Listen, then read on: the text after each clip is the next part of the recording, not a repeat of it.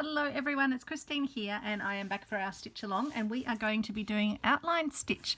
So I've written outline on my piece of fabric with my friction marker, and I've got some nice thick variegated, I think it's probably a knitting cotton rather than a crochet cotton, but it's a big roll. I like to get them because it's a lot of thread for the value, and I usually get them second hand as well. So I'm going to pop through, if you're doing this at the start of a line, if you've drawn a line on your work, you'd start at the left hand end.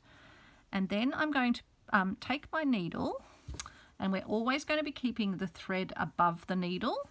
So I'm going to then pop my needle in a little distance away from where the thread is and on the line that we want to follow, and then I'm going to bring my needle and pop it back out where the thread, just near where the thread came up initially. And so you're always keeping your thread above the needle, and again make sure your thread's above the needle, and then come an equal little distance back from where your previous stitch was. And then we just keep doing that, always with the thread above the needle and always with an equal distance between our stitches.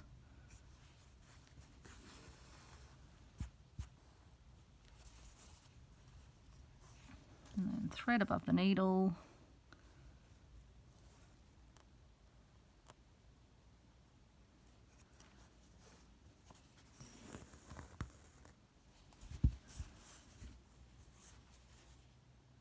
So just always checking to make sure the thread is still above the needle and above where you are doing your stitch. So if you are doing a circle, it does help to turn it around so that you just kind of remember where you need to have your thread.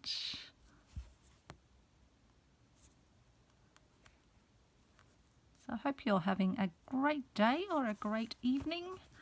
I am filming this on Saturday. I think you'll be actually just watching this one tomorrow on Sunday.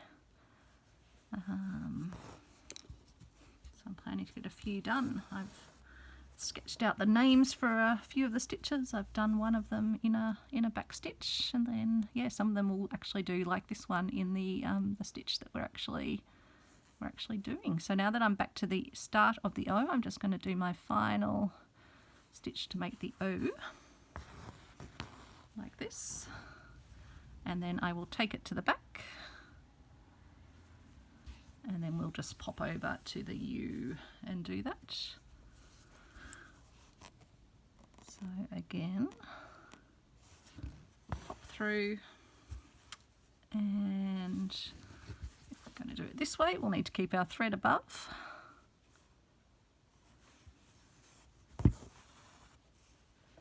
And then thread above.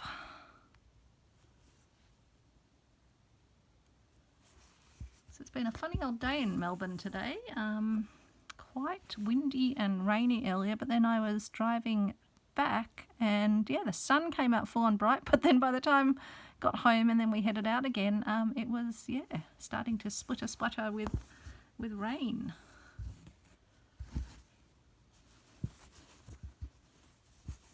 So keeping the thread above, going around the corner, coming back.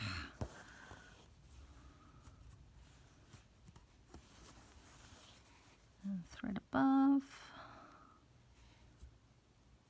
Probably should have gone down a bit more on the, actually I might just undo that stitch because I want it to just go down a little bit more on the U, so I might do a slightly shorter stitch there.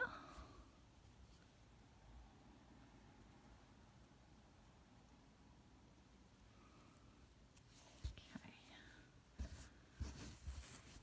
So keeping thread above. So I might just come down a short stitch here.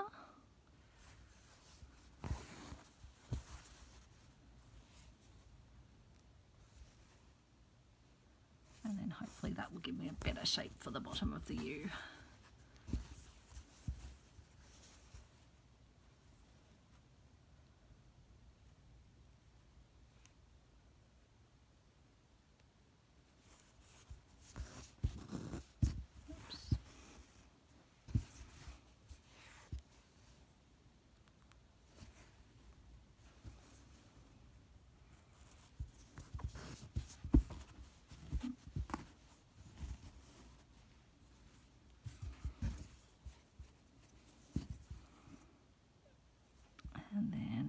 and stitch back to here. And then we can go back to the back again. Just do it over here so I don't unthread my last stitch. And then we'll come out over at our T, keeping our thread above.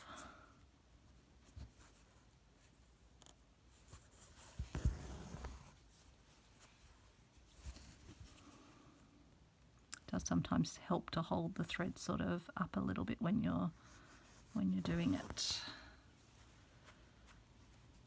And I might just need to pop it down there just so that I can then start going down the, or actually I might come up, I think, up the T. Keep our thread above.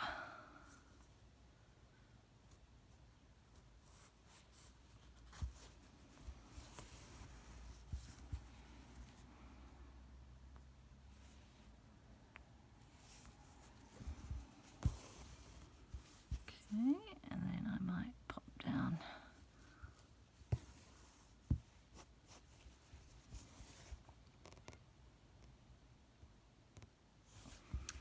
And we'll do our L. Actually, I'll have to go that way if I'm going to.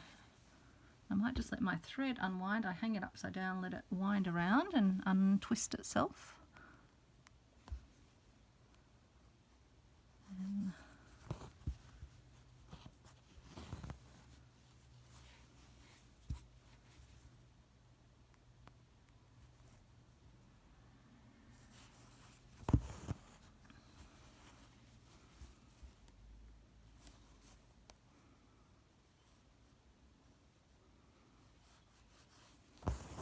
horrible to see what's going on in the world these days. I don't even know if I can watch the news at the moment. I find it incredibly disturbing that humanity can do such awful things to each other.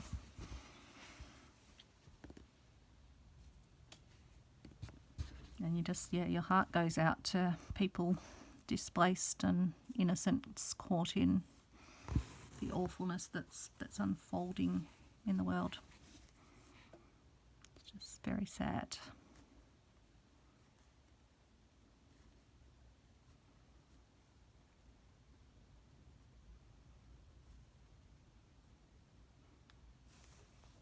And I suppose all of us have to be very grateful that I hope if you're watching this that you live in a place that is, that's safe and where you don't feel that your life is under threat.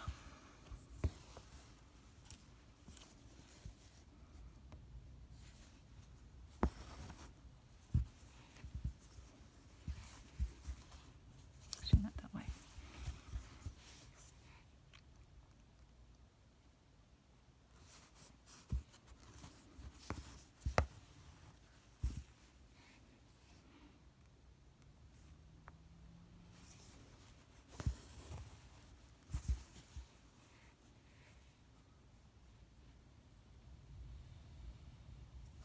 And just holding that above.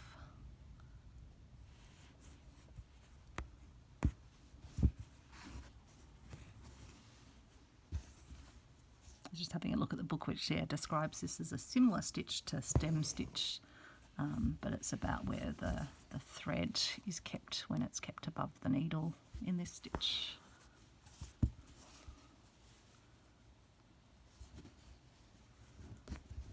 It's quite a pointy needle, even though this one's a big needle. It's a very pricky needle on the end. It keeps trying to catch my finger under the fabric.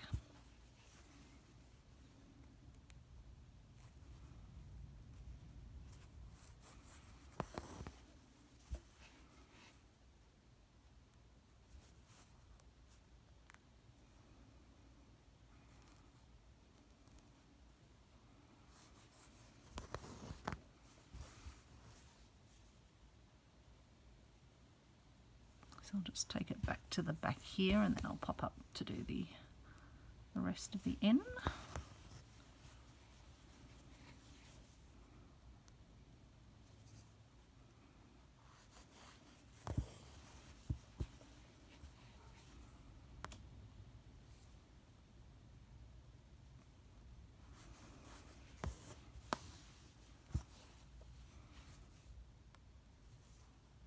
if you can hear the wind outside. It really is buffeting. Now just let this spin around.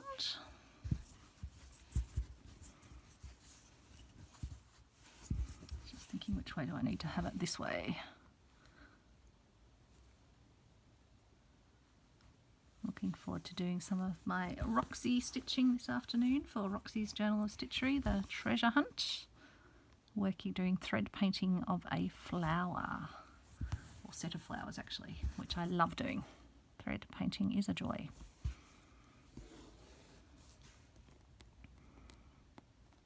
Actually, maybe I'll pop over here and start at this end. Again, always just work out which way you're going and then always make sure the thread is above.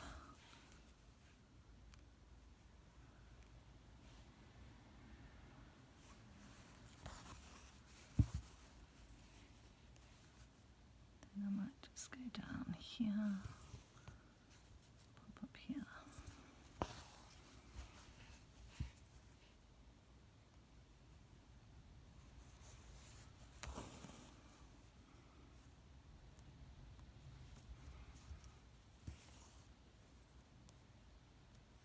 Sorry if I just went off screen there.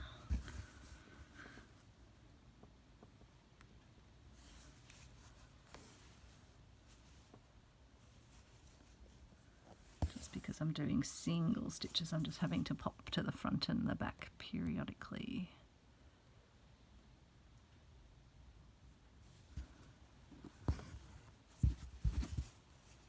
That little thready bit.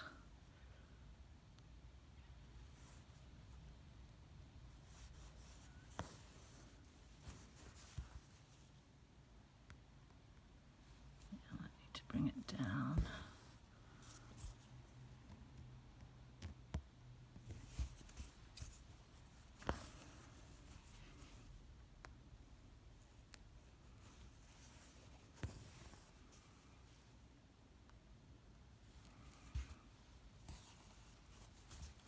And so there we go. There is our, if I can capture this little bit of fluff, there's our outline stitch.